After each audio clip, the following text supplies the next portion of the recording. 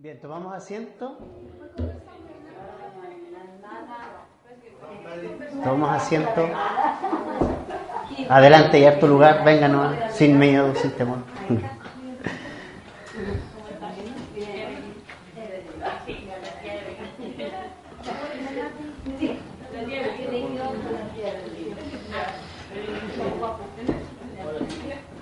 Buenos días, mis hermanos. Buenos días.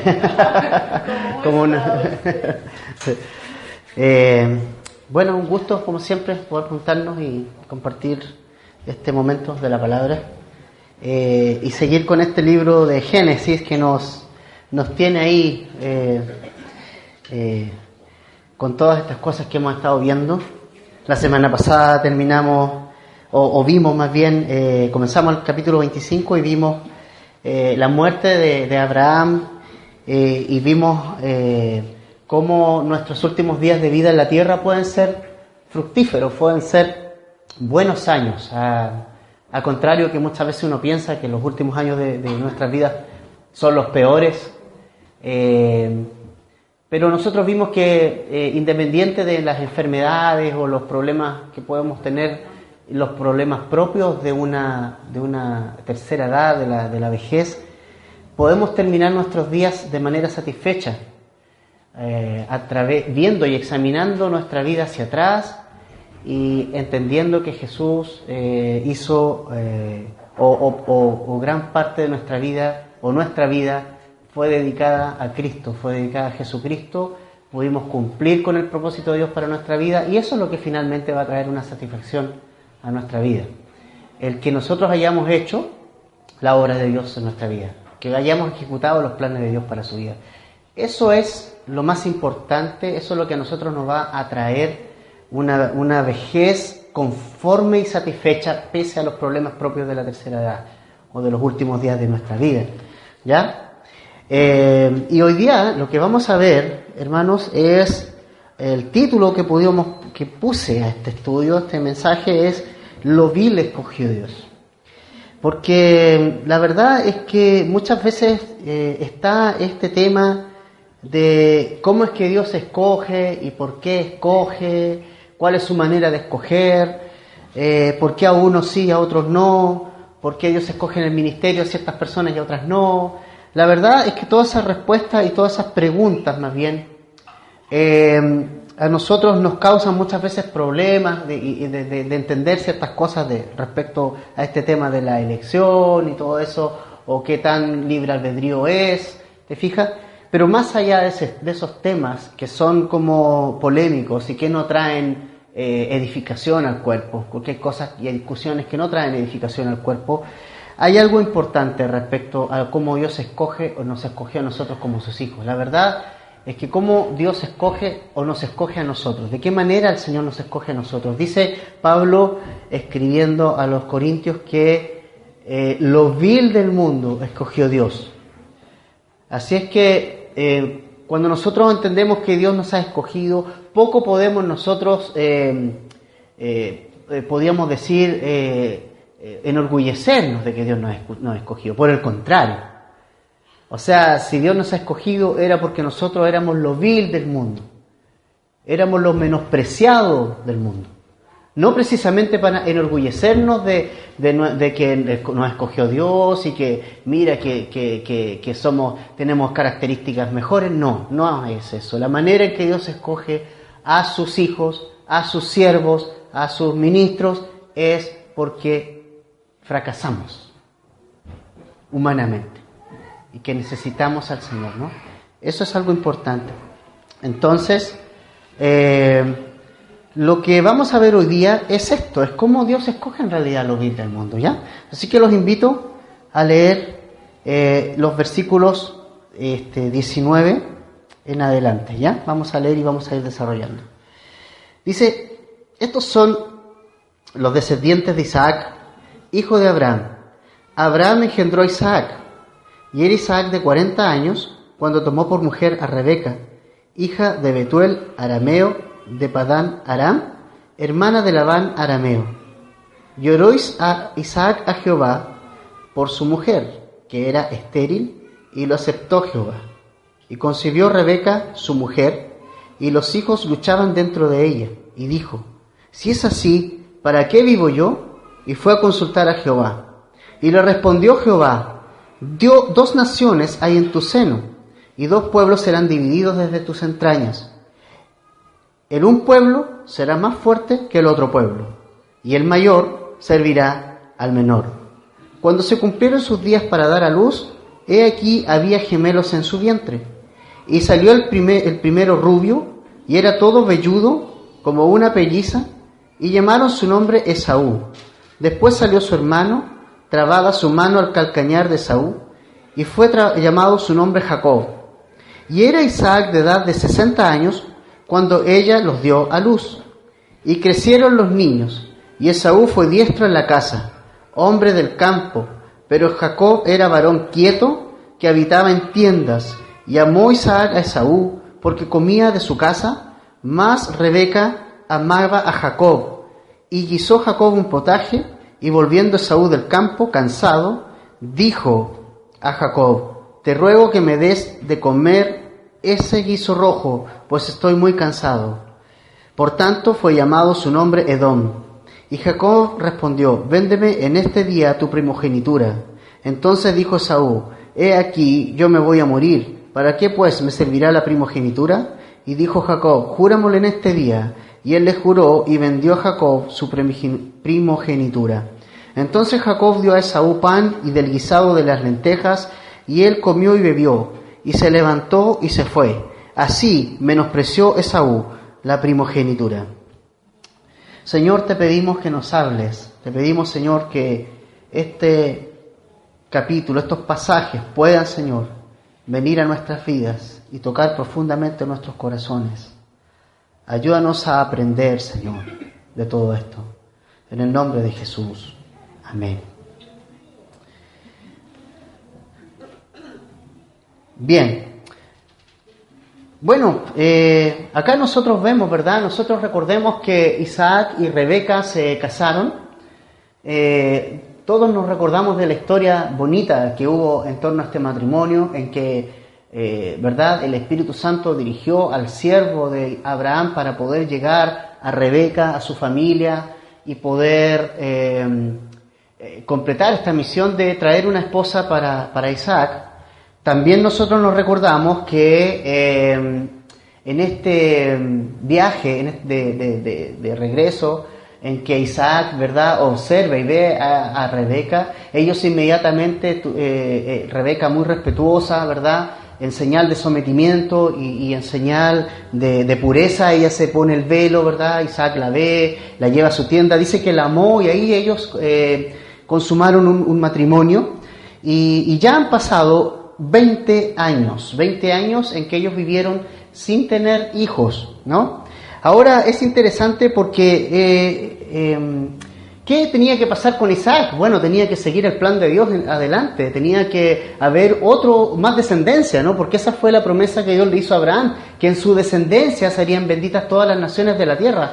Por lo tanto, tenía que seguir este plan de Dios adelante. Y lo que primero me llama la atención es que nuevamente vemos a una mujer que es estéril. O sea, Rebeca era una mujer estéril. Nuevamente, ¿no? Vemos de nuevo una dificultad para que los planes de Dios se lleven adelante.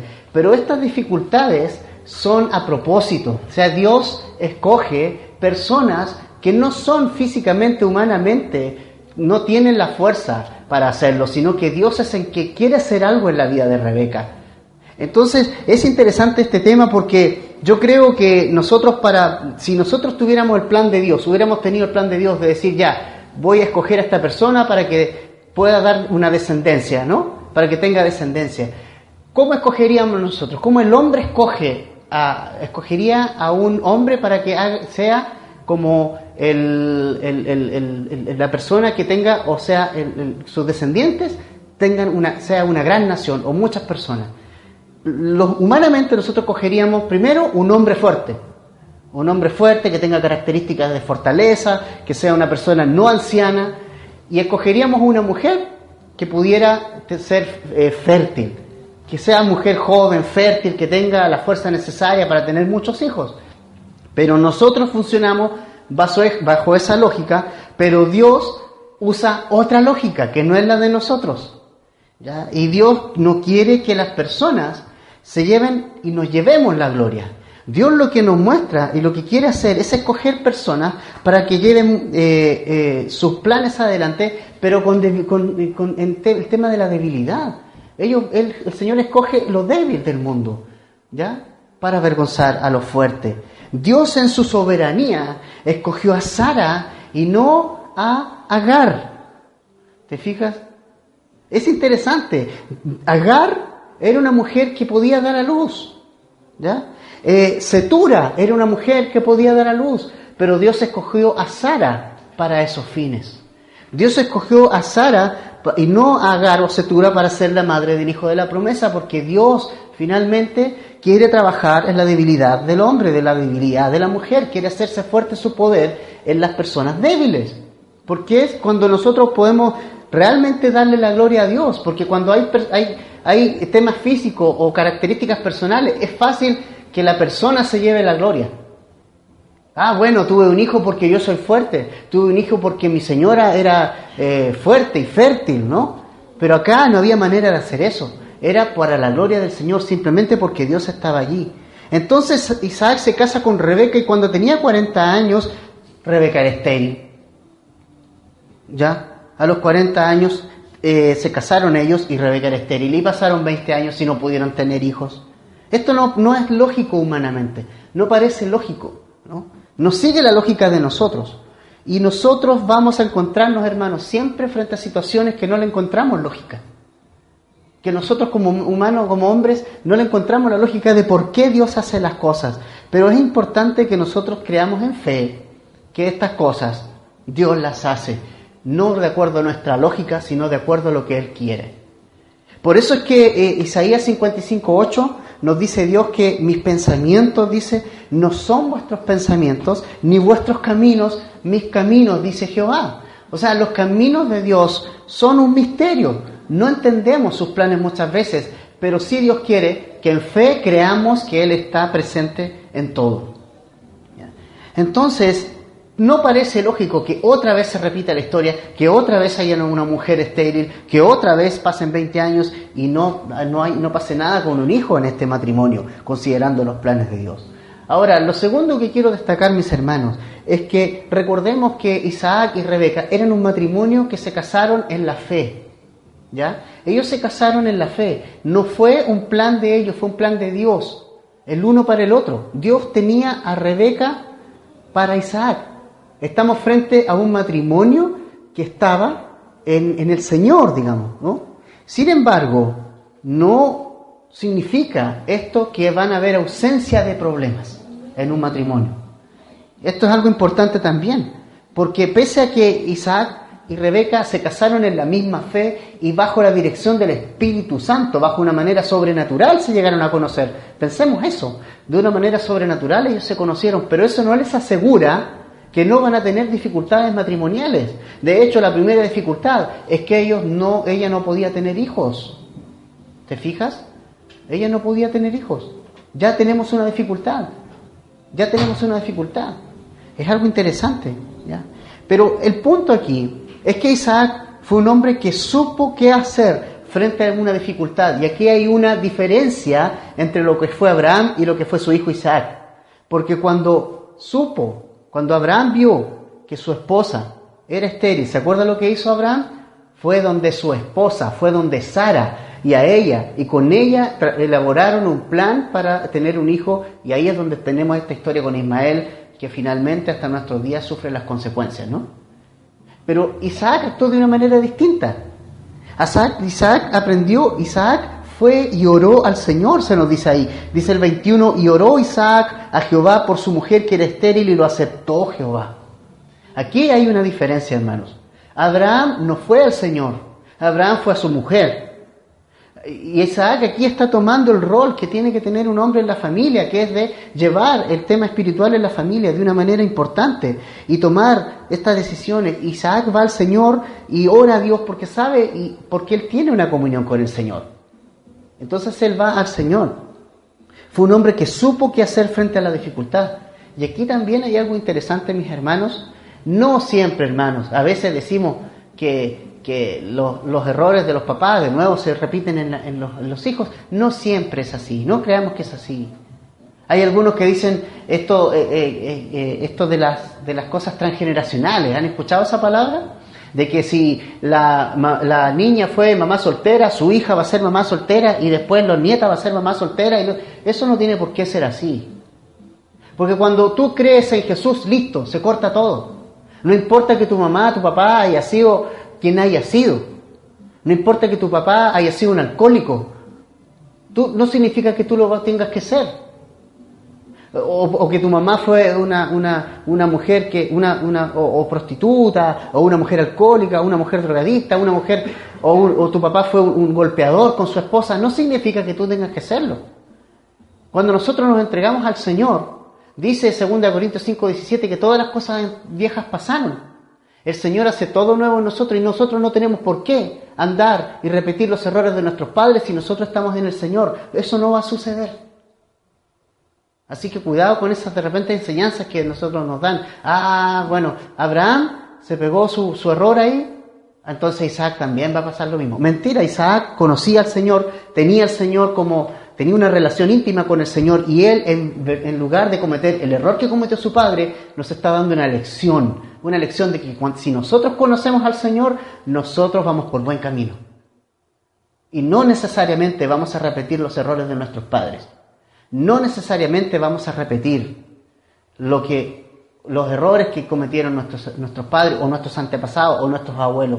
Así que esto es algo importante también. Si tú tienes al Señor, búscalo a Él, óralo a Él, Él te va a dar la respuesta, no tienes por qué cometer los mismos errores, ¿ya? Ahora, es importante llevar las cosas al Señor. Y no solo las cosas que escapan de mi manejo, porque siempre yo tiendo a buscar al Señor en las cosas que yo no puedo manejar, ¿se fijan? ¿Se dan cuenta de eso a veces o no? Las que no puedo manejar, las cosas que se me van de las manos, esas las llevo al Señor. Y yo le sugiero que no haga eso. Yo le sugiero que usted tanto las cosas que maneja como las que no puede manejar las lleve al Señor. Porque en todo necesitamos la guía del Señor. Y me gusta Isaac. Siempre estuvo orando. ¿Se acuerdan cuando Rebeca venía a su encuentro? ¿Qué estaba haciendo él? Meditando en el campo. Siempre priorizando su relación con el Señor, siempre priorizando lo más importante. Y en esta oportunidad, orando, intercediendo por su esposa. Y yo creo que, Isaac sin duda sabía que él era el heredero de la promesa y sabía de su padre y sus errores. Y ahora va al Señor. Y el Señor escuchó la oración de su petición porque Isaac, aquí hay algo bien importante, oró de acuerdo a la voluntad de Dios. Isaac sabía que él tenía que seguir con el plan de Dios. Y él creyó que el plan de Dios era que él tuviera descendencia. Por lo tanto, él fue a pedir algo que no que estaba en contra de lo que Dios quería, sino estaba en los planes de Dios. Y oró al Señor. ¿Cuántos años pasaron de que se casó Rebeca hasta que dio a luz? 20 años. Es decir, según el verso 26, Isaac tenía 60 años cuando Rebeca dio a luz. Y dice que los hijos luchaban dentro de ella. Y fue terrible el embarazo de esta mujer, de Rebeca. Y ¿sabe? Aquí vemos algo importante, mis hermanos. Yo sé que no todos son casados acá, pero hay lecciones que yo también puedo aplicar a mi vida, ¿no? Mira, todo iba lindo en el matrimonio de Rebeca y de Isaac hasta que llegaron los dos hijos. ¿Le suena? ¿Le suena, cierto? Todo iba bien hasta que llegaron los dos hijos. Hermano, yo creo que es importante esto. A mí me gusta la Biblia porque muestra las cosas no color de rosa, sino muestra la verdad, la realidad. Y la verdad es que cuando llegan los hijos todos se desarman en el matrimonio. Cuando llega uno, pero los que tenemos dos, le aprovecho de decir a los que tienen uno no es ninguno. ¿Ah? cuando son más de uno, ahí bienvenido al mundo real, ¿no? Como ahí ya las cosas, todo cambia, es muy distinto. Pero algo sucede en este embarazo, hermanos, y a mí me encanta Rebeca también aquí, porque yo creo que uno no puede experimentar lo que experimenta una mujer en un embarazo, pero las mamitas aquí, los que han sido mamás, sabe que dentro los niños obviamente se mueven, patean y esto y lo otro, ¿no? Pero era tanto el ruido, el movimiento que había dentro del vientre de Rebeca, que fue a orar al Señor. Y dijo, no, esto ya no es normal, ¿ya? Que se golpeen, que hayan tantos golpes dentro. Ella se inquietó por eso. Pero lo importante es que en pleno embarazo, Rebeca fue, igual que Isaac, a consultar al Señor. Creo que esto es re importante. Dentro de toda esta clase de cambios físicos, de molestias, de hormonas y todo, de aquí para allá, Rebeca sabía que podía contar con el Señor. Yo creo que eso es importante, hermanos. Frente a cualquier dificultad, sea la que sea, siempre es importante saber que contamos con el Señor, que podemos contar con Él, que Él está por sobre las hormonas, por sobre los golpes, por sobre los dolores, por sobre todo está nuestro Señor. Y tal vez tú dices, bueno, yo tengo ciertas tendencias a ser depresivo, o yo tengo estas tendencias, pero ¿sabes? El Señor está sobre todas las cosas y Él puede oírte y Él quiere oírte frente a todas las dificultades que puedas tener, tal como aquí oye a Rebeca. Ahora, esta madre escuchó estas patadas, cambios de posición, estiramiento, acomodamiento, el pie allá, que el pie acá, que la mano para allá, que la mano para acá, ¿ya? Entonces, ella, pobre Rebeca, o sea, yo creo que ni podía ni dormir en la noche por todos estos golpes, y ella lleva al Señor este tema. Ahora me llama la atención porque allí dice que fue a consultar a Jehová, y Dios, y su oración fue, ¿para qué vivo yo? O sea, llevó todos estos dolores, estas patadas a Él, al Señor. Pero ¿para qué vivo yo? En realidad en el original más o menos la idea es, ¿por qué me está pasando esto? O sea, yo estoy embarazada y ¿por qué finalmente me pasa esto? No es una pregunta. ¿Por qué está pasando esto? Es como decirle a Dios, Dios, dime por qué es esto. Pidiendo como respuestas al Señor, ¿cuál es el plan, Señor? Esa es la idea de Rebeca. No quejarse, sino, Señor, ¿cuál es el plan de todo esto? ¿Ya? Entonces, y es algo interesante porque la vida sigue, o sea, no es por ser cristiano que la mujer no va a sentir dolor en el parto, no va a sentir las patadas de la Rebeca, o sea, somos normales, somos personas normales. La vida continúa adelante, igual nosotros, igual en otras situaciones lo mismo. No significa que por ser cristianos no vamos a enfermarnos, no vamos a tener problemas económicos, no vamos a pasar situaciones, nada. El ser cristiano no nos hace inmunes a los males propios de este mundo. Pero sí podemos contar con las respuestas del Señor en nuestra vida. Ante la confusión, Rebeca acude al Señor en oración, le fue a consultar al Señor, porque ella también tenía una relación con el Señor. Y esto es importante, ambos tenían una relación con el Señor. Y eso es algo importante, ¿ya? No se acerca a un Dios que le era desconocido, se acerca a un Dios que para ella le era conocido. Y no está buscando al Señor para cuestionar a Dios, sino que busca al Señor de manera diligente, en oración, en adoración. Y vemos la respuesta del Señor. El Señor le respondió. ¿Cómo le responde Dios a Rebeca? Bueno, le responde aquí de una manera bastante clara, ¿no? No dice cómo es que Dios le habló a Rebeca, pero sí lo importante es la respuesta que él le dio. ¿Saben? Aquí algo importante que tenemos que tener en cuenta. Dios nos habla por medio de su palabra. A veces nosotros esperamos que venga un viento recio y nos hable, o una voz audible. No, es importante, la forma no es importante, el tema es que Dios te quiere hablar. Ese es el punto. Ese es el punto. Y hay muchos ejemplos en la Biblia que Dios ha hecho las cosas de manera y ha hablado de manera muy distinta. Y sus estrategias son muy distintas. Los israelitas tuvieron que dar 7 vueltas a Jericó. Y alguien puede decir, no, Dios se rayó. ¿Cómo tenemos que dar 7 vueltas a Jericó? Lo hizo en Jericó, no lo replicó en ninguna otra parte. Frente a otros pueblos lo hizo de otra manera. Lo importante es que Dios lo hace, es que el plan y la estrategia sean de Dios. La forma viene de Dios, no de nosotros. ¿Ya? Entonces el Señor le responde y le da, fíjense, una profecía en el verso 23. Es una profecía, muestra una profecía que viene desde el vientre de Rebeca. En el verso 23, 2 naciones hay en tu seno, 2 pueblos serán divididos desde tus entrañas, el un pueblo será más fuerte que el otro pueblo y el mayor servirá al menor. Aquí viene un futuro más o menos negativo, más o menos oscuro, dentro de su vientre, ¿no? Ahora, uno va a ser más fuerte que el otro.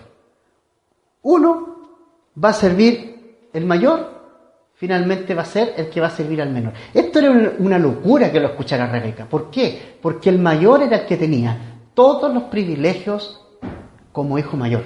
El primogénito le correspondía toda la heredad. El mayor era el que recibía todo. Él era el líder espiritual de la familia. Tenía que, si moría el papá, el que quedaba era él. Él era el que tenía que llevar la casa, por decir de alguna manera. Tenía que quedar como el sacerdote de la casa espiritualmente también. Era el que recibía mucho más cosas, muchos más privilegios. Pero aquí el Señor está diciendo que va a ser lo contrario, que el menor es el que va a tomar el lugar, ¿no? Ahora, esto es interesante porque ¿cómo es que Dios escoge? ¿Por qué Dios escoge aquí al menor? Porque en el fondo estamos viendo que Dios está queriendo escoger al menor, no al mayor en esta oportunidad. Lo lógico sería escoger al mayor, pero Dios no es lógico, como ya lo hemos estado viendo. Por eso el estudio se llama Lo vil escoge Dios. Dios no es lógico, ¿no?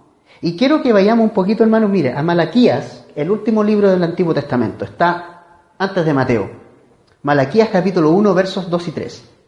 Para un poco ir desenredando esta historia, miren, para darnos un poquito más de luz.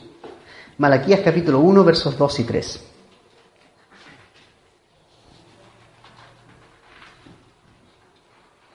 Está refiriéndose aquí Dios a Israel, a los descendientes de Israel. Jacob, hermano, va a ser el menor.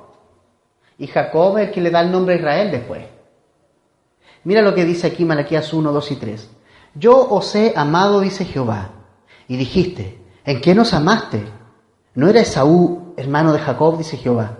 Y amé a Jacob, y a Esaú aborrecí, y convertí sus montes en desolación, y abandoné su heredad para los chacales del desierto. Es decir, hermanos, nosotros como cristianos somos privilegiados porque Dios nos ha amado. Y uno puede decir, ¿cómo es que Dios me ha amado? ¿A dónde que me ha amado? Y yo puedo estar seguro de que me ha amado porque me llamó a ser su hijo. O sea, esa es una muestra de su amor. ¿Por qué Dios me escogió a mí y no a otro? Es porque Dios te ama. ¿Por qué Dios usted lo escogió y está aquí hoy día? Porque Dios lo ama a usted. Es solamente su amor. ¿Por qué Dios usa a uno y no al otro? ¿Por qué Dios nos escogió a nosotros y no a otro? Más luz tenemos todavía en Romanos capítulo 9, por favor. Versículo 10 al 16. Romanos capítulo 9, versículo 10 al 16. También ahí tenemos algo interesante.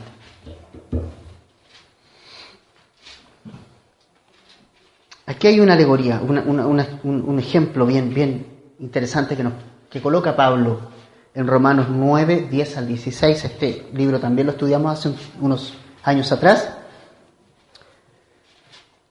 Dice, y no solo esto, dice, sino también que cuando Rebeca concibió de uno, de Isaac, nuestro padre, porque no habían aún nacido, ni habían hecho aún ni bien ni mal, para que el propósito de Dios, conforme a la elección, permaneciese, no por las obras, sino por el que llama, se le dijo, el mayor servirá al menor. Como está escrito, a Jacob amé, mas a Esaú aborrecí. ¿Qué pues diremos? ¿Que hay injusticia en Dios? En ninguna manera. Pues a Moisés dice, tendré misericordia del que yo tenga misericordia, y me compadeceré del que yo me compadezca. Así que no depende del que quiere ni del que corre, sino de Dios. Subráyelo, por favor, y grábeselo en el corazón, que tiene misericordia. Piensen ustedes, hermanos, que todavía no nacía Esaú ni Jacob. O sea, mal podía Dios decir, bueno, es que Esaú se está comportando mal y Jacob se está comportando bien. No, porque todavía ni nacía. Pero hay algo importante aquí, que Dios usa y escoge a Jacob solamente, y esto entiéndalo bien, solamente por misericordia. Nada más. Porque ahí lo vamos a ver, Jacob era pillo como el solo. Jacob, suplantador significa Jacob. Pillo. Y pasó toda su vida haciendo pillería. Podríamos pensar que hasta Esaú era mejor, pero no es por obras, hermano. Y esto me encanta. No por obras para que nadie se gloríe. Y Pablo lo deja bien claro, ¿ya? Que tendré misericordia simplemente del que yo tenga misericordia. No se trata. Dios no escoge de una manera así como parcial. Este es mejor, este no es mejor, ¿no? Simplemente escoge por misericordia. Y eso es algo que llena nuestro corazón. ¿Por qué Dios te escogió a ti para ser su hijo? No es porque eras bonito ni feo, ni nada. O sea, es porque simplemente tuvo misericordia de ti. Y tuvo misericordia de mí. Tuvo misericordia de nosotros. Por eso estamos aquí. Nada más. Por eso tenemos que ser agradecidos eternamente de que Dios nos haya escogido. Porque fue misericordioso nomás. Porque tal vez podría haber escogido a otro que está al lado mío, que tiene mayores capacidades que nosotros. Tal vez podría haber escogido un pastor también con más capacidades. Que hable mejor, más alto, no sé. Pero bueno, disfrutemos de la misericordia del Señor. Disfrutemos de que Dios te haya escogido. Por su misericordia. Dios usa al que usa por misericordia. Así que si estamos sentados aquí, es por misericordia. No por ninguna otra cosa más. Porque no depende del que quiere, depende de que el Dios ha llamado, del que Dios tiene misericordia. Ha tenido misericordia el Señor. Y tuvo misericordia con Jacob, y tuvo misericordia con Israel, porque uno puede decir, oye, pero los judíos son aquí, son allá, son así, son asá. Y Dios tuvo misericordia de ellos. Simplemente fue misericordia, hermano. Había muchos pueblos más fuertes y mejores que ellos, intelectualmente, pero Dios quiso darles a ellos su sabiduría. ¿Por qué? Por misericordia. Ahora, se cumplieron los días para dar a luz, ¿no? Dice el 24 al 26, ahí nos da el parto. ¿Cómo fue el parto? Mujeres, ustedes saben, los que tuvieron hijos, cómo es un parto. Y salió primero Esaú, el mayor. Eran gemelos, precisamente como Dios lo había dicho. Y esto era muy distinto. El Esaú, dice, él era el mayor, por lo tanto, era legalmente, era el heredero de todos los bienes y de toda la bendición del papá. Él era, porque salió primero, fue el primogénito. Era rubio, más bien era rojo, era como colorín. Esa es como la palabra correcta, como colorín, ¿ya? Y Jacob salió, y fíjense ustedes cómo sale, agarrándole el talón al hermano. O sea, lo quería suplantar desde el vientre. Ya ahí, ya vemos, quería agarrarse ahí del tobillo del hermano, y sale Jacob, que en realidad significa el que toma por el calcañar o el que suplanta, suplantador. Imagínate Dios escogiendo a un suplantador. Y eso me emociona. Lo vil del mundo, hermanos, escogió Dios. Dios escogió a Mateo. ¿Qué es lo que era Mateo? Recaudador de impuestos, usurero, enteramente usurero. Dios escogió a Pedro, que tenía así una boca, no se quedaba callado, tenía una personalidad fuerte, dura, ¿ya? Él escogió a un celote, que era una especie de comunista de los tiempos de Jesús, revolucionario. ¿Ya? O sea, Jesús escoge, ¿por qué Él escoge? Porque Él tiene misericordia del que tiene misericordia. Dios nos escoge de esa manera. Y Jacob, el pillo, ahí está. ¿Ya? Entonces el parto fue ya una confirmación de lo que Dios ya había dicho a Rebeca. Dos hermanos que nacieron el mismo día, con unos minutos de diferencia, pero dos hermanos muy, muy distintos. Los que tienen dos saben eso. Que aunque uno los cría igual y puede criarlos igual, son distintos. Cada uno en su propia esencia. Cada uno como Dios trabaja en ellos de manera distinta. Y son de manera distinta todos los niños, ¿no? Ahora, fíjense ustedes que en el verso 27 al 28 vemos algo triste que pasó en el matrimonio. ¿Qué pasó en el matrimonio? Lo que les dije adelante. Llegaron los hijos y el matrimonio se divide.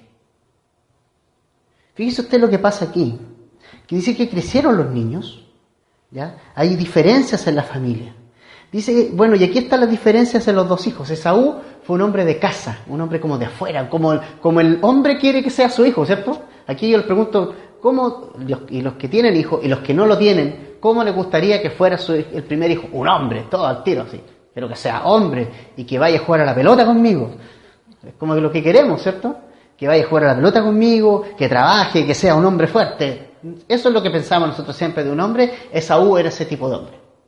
Un hombre fuerte, de casa, un hombre de campo. Y Jacob, ¿ya? Era casero, le gustaba estar con la mamita, cocinaba. Cocinaba, imagínense, para mí que el papá lo miraba cocinando, decía, no, ¿ya? ¿Qué pasó con mi hijo, Señor? Imagínense las diferencias notables entre ellos. Pero aquí vemos algo, un error que cometen los padres. Y este error lo cometemos nosotros los padres a veces, mucho. Que cada uno tenía su regalón. Que Jacob tenía como regalón a Saúl, porque era como el macho, el hombre que siempre quiso tener, pero menospreciaba al otro, a Jacob. Y pasa viceversa, la mamá con su hijo Jacob, ¿por qué? Porque lo acompañaba, porque estaba en la casa, porque se preocupaba, le ayudaba en la tienda, ¿se fija? Y esto produjo un problema. O sea, los papás acrecentaron las diferencias entre los dos hijos, acrecentaron la enemistad entre los dos. O sea, Dios había dicho que iban a ser enemigos, pero la actitud de los padres acrecentó la enemistad de los hijos. Y en eso tenemos que tener mucho cuidado nosotros. No, como decimos, bueno, me voy a poner medio vulgar, no la vendamos con nuestros hijos. Tenemos que tener cuidado con eso. Y nosotros nuestros hijos tienen que sentir que ambos valen para nosotros. Tal vez sí, en algún momento, y si me apuran un poquito como padre, siempre uno va a tender a estar más apegado a uno que a otro, de acuerdo a las características de cada uno. Pero que eso no sea algo que te provoque parcialidad. No pierdas la imparcialidad delante de tus hijos. Que eso no te provoque que pases tiempo con tu hijo, con los dos. Con los dos. Porque esas diferencias tus hijos las van a ir viendo. ¿Y qué va a pasar? Que ellos van a ver a su hermano como un rival. Finalmente, más van a pelear. Finalmente, más enemistades. Y es lo que los padres, inconsciente o conscientemente, lo están haciendo. ¿Ya? Entonces, esto es uno de los peores errores que los papás pueden cometer. Hacer diferencias. A preferir un hijo por sobre otro. O darle preferencia porque uno es mayor, o porque el otro es más chico. Cualquier cosa de eso es algo que causa mucho daño en las relaciones de la familia. Causa mucho daño en las familias en general. Yo atiendo chiquillos y por lo general me dice, bueno, a mí me dejaron de lado cuando nació mi hermano o mi hermana. Y es verdad. Ahora, obviamente un bebé necesita de otros cuidados que los más grandes. Obviamente uno ya pasó la etapa de esa pequeña. Pero siempre es importante recordarle al mayor que también fue igual cuando era chiquitito, que tenía los mismos cuidados, las mismas atenciones, y no los dejemos de lado, ¿no? No prefiramos un hijo por sobre el otro. Hay que tratarlo equitativamente, aunque a ti te pase que tengas más afinidad con uno, y está bien que lo tengas, ya, está bien. Pero tratémoslos equitativamente, el trato tiene que ser equitativamente. Seamos como el Señor, como Dios, como nuestro Padre, que nos da el trato igualitario a todos. Cultivemos la responsabilidad y el esfuerzo que ellos tienen que poner en apoyarse mutuamente. Eso tenemos que hacer, unir a los hermanos y no dividirlos. Nosotros como padres tenemos que unirlos, buscar que se arrimen a su hermano, porque son hermanos, o sea, tienen la misma sangre, somos de la misma familia. Y es importante que nosotros cultivemos en el corazón de nuestros hijos esa responsabilidad que tienen que poner y el esfuerzo en aceptar al hermano. Aunque a veces, sí, nosotros a veces, bueno, tenemos dos. A Josué, bueno, yo veo como Felipe de repente lo pone, hasta aquí es Josué con tus cosas, porque como hermano chico, anda ahí. Y Josué es grande, entonces, pero es importante que enseñarles a ellos que se necesitan de alguna manera. Fíjate. En el fondo se necesitan. Ellos son hermanos, tienen que buscarse. Tenemos que cultivar en el corazón de ellos esa responsabilidad de apoyarse mutuamente, porque si no lo hacemos nosotros, ¿quién lo va a hacer? En cambio, si somos parciales y tenemos nuestro regalón y ahí entonces vamos a cultivar una enemistad entre ellos, como ha ocurrido. Muchos padres tienen esa culpa, esa responsabilidad de que los hijos estén separados, porque ellos no cultivaron en ellos que había que buscar a su hermano, que había que ayudarlo, que había que ser responsable. Y ahí anoche pasó una situación que fue bastante bien... nos sentimos muy inconformes al ver como el Felipe estaba comiendo carne y se atoró. Yo lo vi de lejos así y estaba como ahogado. Y estaba ya empezando a hacer morado, y Josué al lado lo ve, y Josué va a su hermano y le pega la espalda, fuerte, 4 veces, y como que ahí empezó a respirar un poco. Entonces, es importante que ya, si van a pelear, si es verdad que van a pelear, pero nosotros tenemos que llevarlos a eso, a que se necesitan, son hermanos, se necesitan. Y eso es lo que nosotros tenemos que cultivar en ellos, ¿no? Es importante. Por último, hermanos, del 27 al 34, ya los niños crecieron. Bueno, del 27 al 29, perdón, ya vimos que al 28 esta diferencia que hay entre los padres.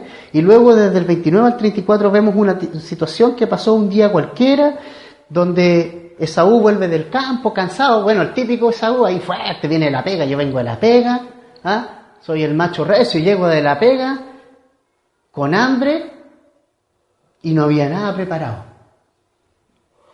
¿Ya? Y vio Esaú que Jacob estaba haciendo un guiso ahí.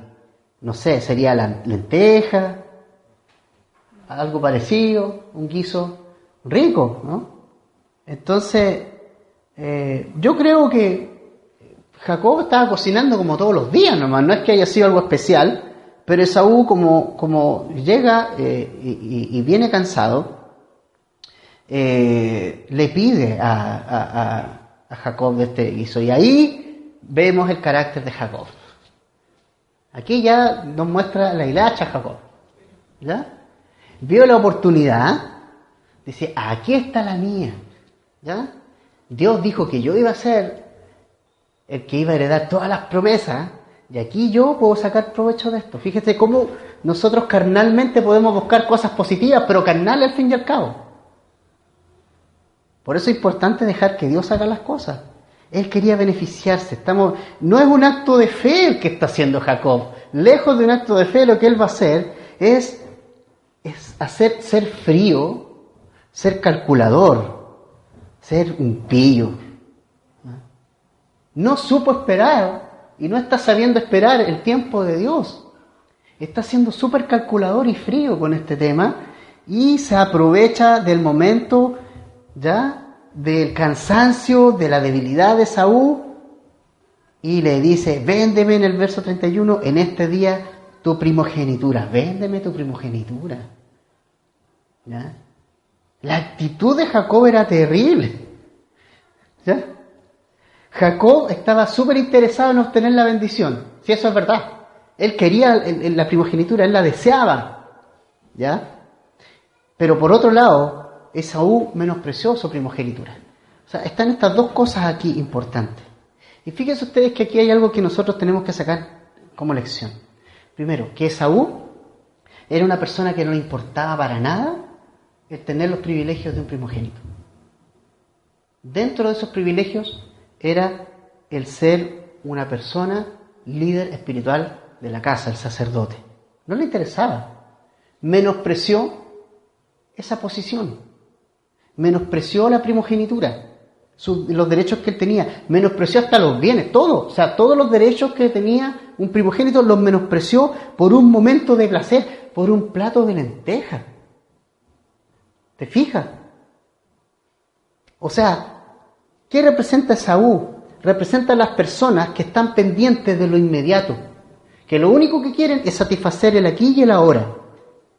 Lo material, lo de hoy, la carne, eso. Por eso cuando él dice, ¿para qué me servirá la primogenitura? Lo que él estaba diciendo, ¿de qué me sirve ser bendecido por Dios? Eso estaba diciendo en el fondo, porque ser primogénito era una bendición del Señor. Esaú está menospreciando las bendiciones de Dios. Esaú está menospreciando lo que Dios le dio a él por ser el mayor. Está menospreciando las cosas espirituales, las cosas de Dios, y es el típico hombre sensual. Sensual, que es una persona sensual, que se deja llevar por los sentidos, por las pasiones. Está preocupado por satisfacer su apetito, nada más. ¿Ya? Y sabe usted que de esto habla también Hebreos. Mira, vaya por un momento Hebreos capítulo 12, versos 16 y 17. Hebreos capítulo 12, versos 16 y 17.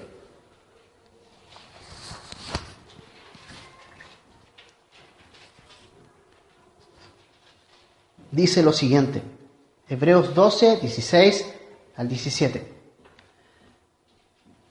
No sea, dice, que haya algún fornicario o profano como Esaú, que por una sola comida vendió su primogenitura, porque ya sabéis que aún después, deseando heredar la bendición, fue desechado, y no hubo oportunidad para el arrepentimiento, aunque la procuró con lágrimas. Aquí nos dice fuerte las palabras, que no hay entre nosotros algún fornicario o profano. ¿Qué significa eso? Venderse. Vender tu posición que tienes hoy en Cristo por un plato de lentejas. Menospreciar las bendiciones que Dios te ha dado por cosas materiales, por cosas inmediatas, por cosas que te van a satisfacer hoy día, van a ser pan para hoy, hambre para mañana. Ese plato de lentejas iba a acabar en su estómago, iba a digerirlo y listo. Iba a tener hambre de nuevo. ¿Ya? Entonces, hermano, Esaú es ese tipo de persona de hoy. Hoy día son las personas así, como Esaú. Que lo único que quieren son las cosas inmediatas. Que lo único que buscan son las cosas, satisfacerlo de aquí y el ahora. Lo quiero ahora y lo quiero ahora ya. Siempre somos así. Por eso a nuestros hijos, hermano, esto es un consejo de padre. Cuando sus hijos le demanden cosas, hágalos esperar. Hágalos esperar. Quiero esto. Espérese. Usted tiene que cultivar en sus hijos estas cosas espirituales. Ustedes tienen que hacer que sus hijos sepan esperar y sepan que las cosas tienen un tiempo y ustedes tienen que darle valor a las cosas espirituales. Sus hijos tienen que verlo a ustedes, que ustedes les dan valor a las cosas espirituales. Imagínense, por eso es importante, mis hermanos, nuestros hijos nos tasan, nuestros hijos saben lo que somos. Y cuando nuestros hijos ven que hay un partido en la mañana y me quedo en el partido de la mañana el domingo y no vengo a la iglesia, ¿usted qué cree que nuestros hijos ven? No se lo decimos nosotros, pero ellos lo sacan por conclusión. El fútbol es más importante. Esa es la conclusión que él va a sacar. Ok, nos podemos quedar cuando hay fútbol. Otra cosa, no sé, cualquier otra cosa, no sé. Usted póngale lo que quiera. Nuestros hijos nos van a ver. Usted tiene que darle a sus hijos, tiene que enseñarle con el acto de que lo más importante es el Señor. y no como Esaú, que en realidad un hombre que lo único que quiere es el plato de lentejas y menosprecia todo, ¿no? Ahora, en el verso 33 al 34, finalmente se hace la transacción, ¿no? Jacob le dice, júramelo. Entonces, ellos no están bromeando, o sea, de verdad le está vendiendo la primogenitura Esaú a Jacob. Eso es algo, fue verdad, no hubo un contrato ni nada, pero se lo tomaron en serio, ¿ya? Ya, listo, ok, vamos nomás, ¿ya? Es interesante cómo Esaú ni siquiera tiene un momento de reflexión para decir, no, mejor no, ¿te fijas? Y tuvo tiempo de hacerlo. Podría haber dicho, no, ¿sabes qué? Mejor no, me arrepiento. No, siguió adelante con su plan. Era muy insensible a las cosas espirituales. Y ¿sabes? El mundo nos hace eso. El mundo nos empuja para que nosotros corramos a los deseos carnales y materiales. El mundo nos empuja a eso. ¿Tienes casa? ¿Tienes auto? ¿Tienes esto? El mundo nos empuja. Como que el mundo está ahí. Vamos, corre, ¿no? Anda. Satisface tu necesidad. No, si en realidad necesito otro celular. No lo necesito, no lo necesitamos. No, si necesito. El mundo nos empuja hacia cosas que no necesitamos. Y no es malo tener cosas, pero cuando las cosas toman el lugar prioritario en mi vida, sí. Ahí es donde la vendemos. Cuando hacemos que estas cosas tomen un lugar prioritario, incluso desechando las bendiciones espirituales. Y sabe, a veces los estudios, las cuentas, el sustento empiezan a tomar el lugar principal. Y no son las cosas principales. Buscad primeramente el reino de Dios y su justicia, y todas estas cosas os serán añadidas. No tengo tiempo para orar porque estoy trabajando para mi hijo. No tengo tiempo para Dios. No tengo tiempo para Dios porque hay muchas cosas que hacer. No tengo tiempo para Dios porque en realidad se nos hizo chico el auto, quiero uno más grande. ¿Cuál es el costo de eso? ¿Cuál es el costo? La gente cuestiona todas las cosas espirituales hoy día. Justifica todas las cosas materiales. La gente de la iglesia se llena de personas, la iglesia se llena de personas que no se interesan en la piedad, en el ejercicio de las cosas espirituales. Los adolescentes, los jóvenes, los adultos están hoy día menospreciando su primogenitura espiritual. Quieren solo cosas personales, quieren satisfacer sus deseos. Y en eso tenemos que tener cuidado. Desechan a Dios. ¿Y sabe qué? Para calmar la conciencia vienen a la iglesia. ¿Cuánta gente ve usted en la iglesia que va camino a la iglesia el domingo? Casi todo Temuco está en una iglesia. Le puedo asegurar que el 90% de Temuco está en una iglesia en este momento. Pues Temuco es una ciudad súper religiosa. Pero ¿dónde está la vida cristiana en práctica? ¿Dónde está? Se involucran hasta en el ministerio. O sea, ojo con eso. Que eso no es ningún plus. Y se involucran en el ministerio y muchos ni siquiera tienen una relación con el Señor. Ni siquiera oran, ni siquiera estudian la Escritura. ¿Sabes? Si tú menosprecias tu primogenitura, tú no puedes servir al Señor. Si tú menosprecias tu lugar, tu posición como cristiano, tú no puedes ser un cristiano. No puedes servir a Dios si menosprecias tu primogenitura. No tienes cariño por Dios. No tienes tiempo para Dios. Crees que Dios es una opción más en la vida. ¿No? Y no es una opción más, es nuestra gran opción y única opción. El mundo prefiere a Esaú. Hombres atléticos, fuertes, machos recios, ganadores. Ganadores. Pero que desechan a Dios. Así escoge el mundo, a los ganadores, ¿o no? O si no, envía un currículum. ¿Qué tiene que tener el currículum? Las mejores características. ¿Cómo escogen una persona para un trabajo? Tiene que tener las mejores características. Así escoge el mundo. Ganadores, pero que desechan a Dios. Dios escoge a los perdedores, pero que consideran a Dios. Así escoge Dios. No personas autosuficientes, no personas que piensan en el ahora, el aquí, en lo material, y en la mañana lo espiritual me da lo mismo donde me voy. Dios escoge ese tipo de personas. Y esa es como la que quiero dejar en tu corazón. ¿Cómo está tu vida hoy delante de Dios? ¿Cómo está nuestra vida hoy delante del Señor? Si realmente somos Esaú, que cambiamos nuestra relación, que transamos nuestra relación por Dios por un plato de lentejas, por algo que ni siquiera tiene el valor, por algo que va a ser pan hoy, hambre mañana. Pero Dios nos quiere dar cosas mucho mayores. Ahora, tampoco Jacob es un gran ejemplo, digámoslo. Está haciendo algo totalmente irregular y aprovechándose. No es la manera en que Dios quería hacerlo, pero más adelante Dios va a tratar con él.